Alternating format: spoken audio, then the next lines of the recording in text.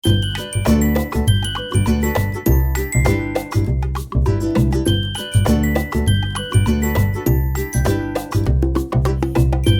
বন্ধুরা, welcome to সুন্দরী হেসেল।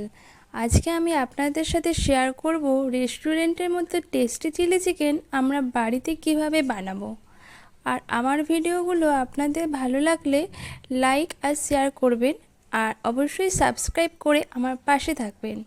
চলুন তাহলে রান্না শুরু করা যাক। সবার প্রথমে 500 গ্রাম বোনলেস চিকেন আমি নিয়ে নিয়েছি, আর এই চিকেনগুলোকে ছোট ছোট টুকরো করে কেটে নিয়েছি।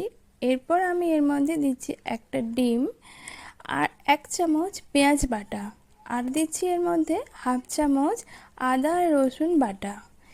এরপর দিচ্ছি এর মধ্যে স্বাদ মতো লবণ, আর দিচ্ছি সামান্য পরিমাণে গোলমরিচ গুঁড়ো, আর কালার আসার জন্য এর মধ্যে দিচ্ছি কাশ্মীরি লাল লঙ্কার গুঁড়ো আর হলুদ গুঁড়ো দিচ্ছি।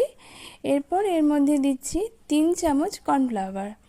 কর্নফ্লাওয়ার যদি আপনাদের বাড়িতে না থাকে তাহলে আপনারা অ্যারারুটও দিতে পারেন। এরপর এর মধ্যে দিচ্ছি সামান্য পরিমাণে সাদা তেল। দেওয়া হয়ে গেলে এরপর সবকটাকে একসাথে ভালোভাবে মাখিয়ে নিতে হবে। আমি ভালোভাবে সবকটা চিকেনকে মশলার সাথে মিশিয়ে নিচ্ছি, যাতে সবকটা চিকেনের গায়ে মশলাগুলো ভালোভাবে ঢুকে যায়। এরপরে এটাকে মাখিয়ে নিয়ে আমি 10 থেকে 20 মিনিট রেস্টে রাখবো।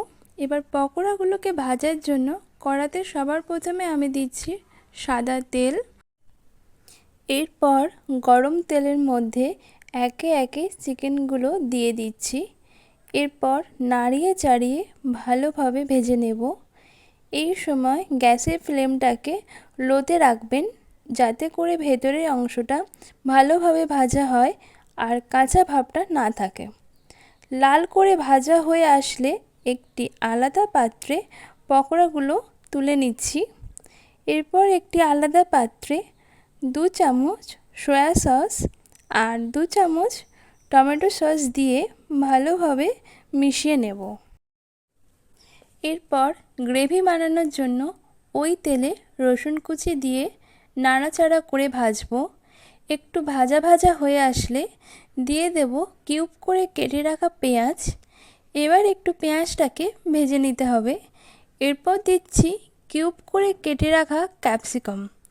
এরপর দিচ্ছি স্বাদ মতো লবণ, আর দিচ্ছি সামান্য পরিমাণ আদা রসুন বাটা আর একটা মিডিয়াম সাইজের টমেটো বাটা। এবার সবগুলোকে একসাথে ভালোভাবে রান্না করে নিতে হবে, যতক্ষণ না সিদ্ধ হয়ে তেল ছেড়ে আসে।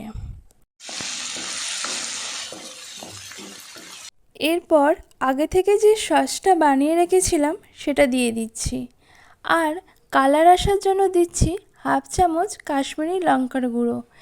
এরপর কাঁচা লঙ্কা কুচি দিলাম। এরপর দিয়ে দিচ্ছি পরিমাণ মতো জল। আপনারা যতটা গ্রেভি বানাতে চান ঠিক ততটা জল দেবেন। এরপর আগে থেকে ভেজে রাখা পকোড়াগুলো দিয়ে দিচ্ছি, দিয়ে ভালোভাবে নাড়িয়ে চাড়িয়ে নিতে হবে, যাতে করে সবকটা পকোড়াগুলো গ্রেভির সাথে মিশে যায়। এরপর কিছুক্ষণ ফুটতে দিতে হবে। ফুটে এলেই নামিয়ে নিলেই চিলি চিকেন পুরোপুরি রেডি। আজকের রান্না এখানেই শেষ।